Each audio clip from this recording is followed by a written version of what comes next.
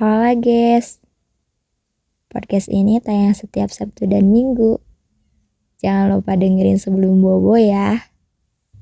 Jejak Clara.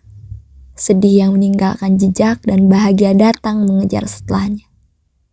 Gua Yulianti kembali dengan berbagai cerita di dalamnya. Siap curhat dan mendengarkan curhatan Anda. Aku mau berbagi cerita. Di mana aku masih duduk di bangku sekolah menengah pertama waktu itu. Yang otomatis aku masih polos-polosnya soal pertemanan. Nah, di sana aku kebanyakan ikut-ikutan anjay. Kesana ikut, kesini ikut. Dan emang dari dulunya aku tipe orang yang gak mau ribet soal temen. Pas SD ya, jadi gak mau ribet sama siapa aja. Nah, yang jadi titik permasalahannya, di lingkungan aku waktu itu semua pada punya temen deket. Otomatis aku bingung dong ya. Tapi bingung juga tetap pasrah sih. Pasrah aja karena ya mau gimana lagi. Tapi ada salah satu murid yang ngajak aku kemana-mana bareng waktu itu. Aku seneng dong kak waktu itu. Karena aku ngerasa aku gak sendirian lagi. Aku seneng karena ngerasa aku punya temen nih. Pertemanan kita berjalan kayak kebanyakan orang. Tapi lama-kelamaan kok aku ngerasa capek ya kak. Kayak di dalam pertemanan ini tuh gak ada feedback sama sekali. Masa apa-apa harus dari aku? Aku gak pernah minta apa-apa padahal ke dia. Ya cuma pengen diperlakuin layaknya sahabat aja. Ya karena aku ngerasa kesannya aku kayak dimanfaatin aja kak. Tugas sekolah dari aku. Jajan dari aku. Aku selalu ngalah kak. Apa aku salah kak terjerumus dalam persahabatan kayak gini? Apa emang semua siklus persahabatan kayak gini kak? Mohon pencerahannya ya kak. Sebelumnya, mari kita definisikan terlebih dahulu apa itu bahagia.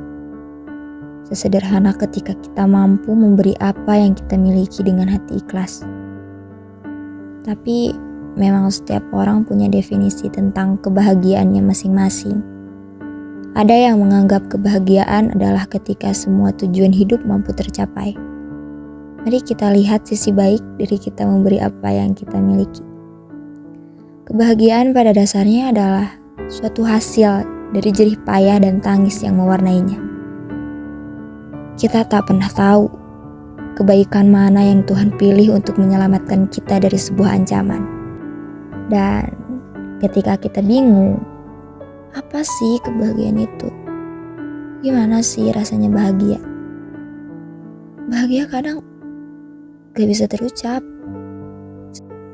Sesederhana kita melihat tawa orang tua kita yang sehat dan masih bisa berada di samping kita sampai saat ini. Kebahagiaan selalu mengitari setiap langkah kita. Kebahagiaan masih diberi nafas. Kebahagiaan masih bisa melihat indahnya dunia. Namun kita masih aja bingung. Di mana sih letak kebahagiaan ini? Setiap partnya kok terasa berat ya? Bukannya kita gak bersyukur ya? Hanya aja lupa sama luka itu cuma pas lagi tidur aja. Capek kan? Kadang kita kalau lagi capek-capeknya sama hidup, suka bilang, gua kapan bahagianya sih? Gua kapan gak banyak pikirannya sih? Kata-kata itu sering banget terlontarkan tanpa sengaja. Tanpa melihat juga bahwasannya hidup kita pasti ada part bahagianya. Tapi kita cuma ingat hal yang menyedihkannya doang. Bisa dibilang 1000 bahagia akan hilang dengan 1 kesedihan. Kalau lagi sedih tuh bawaannya suka mikirin yang bikin sedih, terus bikin kita makin sedih. Valid gak sih? No debat. Sekalinya sedih, kayak 1000 masalah datang. Ngerasa paling sedih sedunia. Dan di saat itu ya, gue pernah dalam fase paling terendah gitu ya, gue dikasih maklumat sama orang bahwasanya di dunia emang tempatnya capek. Lu mau nyari ketenangan, di mana ada? Lu mau mati, orang mati aja didoain biar tenang. Terus lu mau apa sekarang? Mau ngeluh? Lihat di luar sana, ada banyak orang yang lebih tersiksa daripada lu. Dan setelah gue denger itu, dipikir-pikir emang kepikiran gitu. Tapi kan lagi down gitu ya, susah buat pikiran gue yang lagi semrawut dengerin maklumat yang ngehakimi gue gitu. Bukannya bikin pikiran jadi jernih ya kan, gue malah kayak dibully anjay. Ya gue kalau capek ya nangis, lampiasin ke hal yang lu suka gitu, lampiasin ke hal yang gue suka.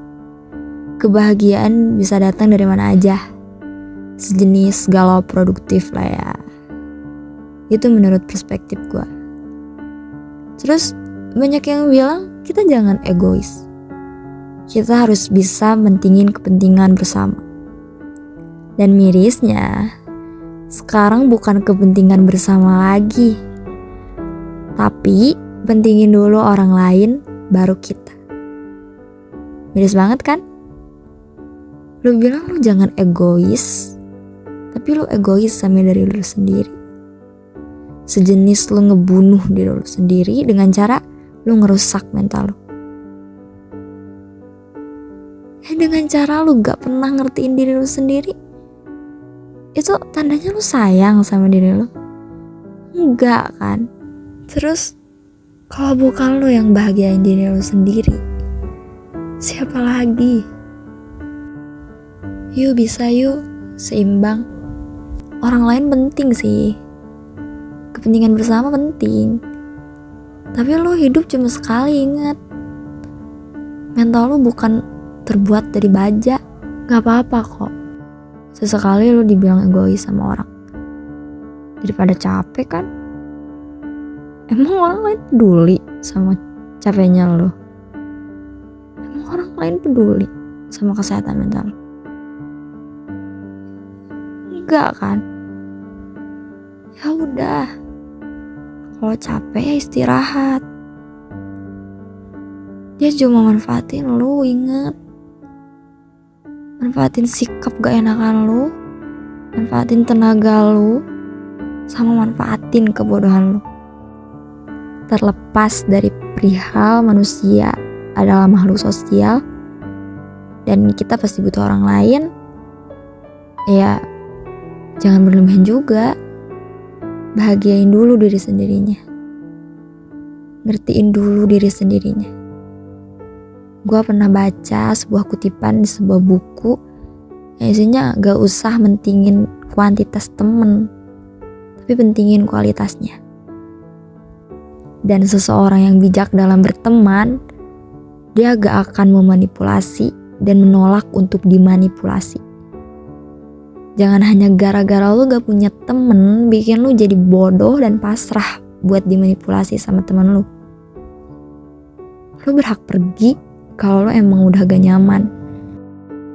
Gak ada yang bilang semua siklus pertemanan kayak gitu. Gak ada yang bilang semua siklus pertemanan toksik. Lu harus pergi dari lingkungan itu. Itu emang temen lu aja yang manipulatif, yang ngemanfaatin sikap gak enakan lu, dan dia seenaknya manfaatin juga semua kebaikan lu. Lu berhak punya temen yang sama-sama ngertiin lu. Jangan ngerendahin diri hanya karena lu gak punya temen ya. Lu berharga, lu sempurna. Gua Yuli, semoga kita menjadi teman baik ya. Sampai jumpa di episode-episode Jejak Lara selanjutnya. Tetaplah menjadi orang baik, meskipun sebenarnya kita tak baik-baik saja.